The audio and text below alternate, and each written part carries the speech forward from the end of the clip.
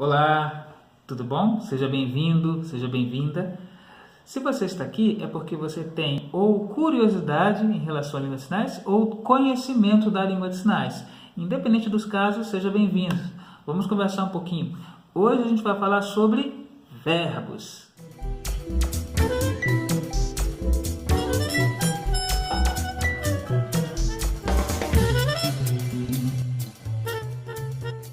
Bem, o que a gente pode falar sobre verbos?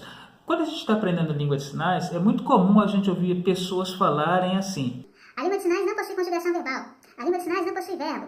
É comum, mas embora seja comum, não é correto.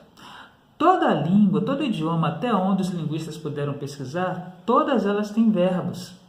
O que diferencia uma língua da outra, muitas vezes, é a maneira como cada língua trabalha com seus verbos. Por exemplo, a posição desse verbo na frase, se ele sofre conjugação, se ele sofre variação de acordo com quem está conjugando, ou de acordo com o tempo em que ele está sendo conjugado. E a língua de sinais não é diferente. Ela também tem a maneira como ela trabalha os seus verbos, mas eles existem em abundância. A melhor maneira da gente entender um pouco como funcionam os verbos na língua de sinais é tentar entender primeiro como funcionam os verbos na nossa própria língua portuguesa. Na nossa língua portuguesa, a gente pode classificar os verbos de várias maneiras. Algumas delas são de acordo com a sua conjugação, primeira conjugação, segunda, terceira, que é os verbos terminados em AR, ER e R. Mas também a gente pode classificar os verbos como regulares, se ele mantém o radical quando conjugado, ou irregulares, quando esses radicais mudam, ele não tem um radical fixo. E na língua de sinais? Em que categorias a gente pode classificar a língua de sinais? Pode ser que surjam mais, mas até onde os pesquisadores conseguiram entender, nós podemos falar de 3 grandes grupos de verbos na língua de sinais. Primeiro, são os verbos simples.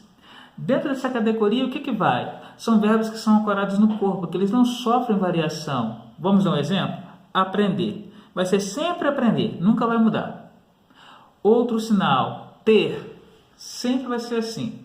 Nunca vai ser aqui, não vai mudar. São verbos que eles sempre acontecem do mesmo modo. Amar, morar e assim por diante. Esses são alguns verbos que nós chamamos de simples. A segunda categoria de verbos que nós temos são os verbos com concordância. O que são verbos com concordância? Como o próprio nome diz, eles têm que concordar com alguma coisa. Exemplo, vamos ver alguns aqui. Perguntar. Depende de quem está perguntando, o verbo vai sofrer variação. Exemplo, se sou eu que estou perguntando para você, então eu pergunto. Mas se for você que pergunta para mim, é você me pergunta. Outro exemplo, responder. Se sou eu que te respondo, é assim. Se é você que me responde, é assim. Então, esses são os verbos que sofrem essa variação, que nós chamamos de verbos com concordância. E temos também uma terceira categoria, que são chamados de verbos instrumentais. Que raio de trem é esse? Bom, verbos instrumentais são verbos em que a palavra ela assume o significado daquilo que está sendo dito. Vamos dar um exemplo claro. Cortar. O verbo cortar é um verbo muito genérico. Para você poder definir qual vai ser o sinal que você vai usar, você tem que saber exatamente o que está sendo cortado. Se for uma árvore que está sendo cortada, então o sinal vai ser esse. Mas se for, de repente, um tecido que está sendo cortado, então vai ser esse.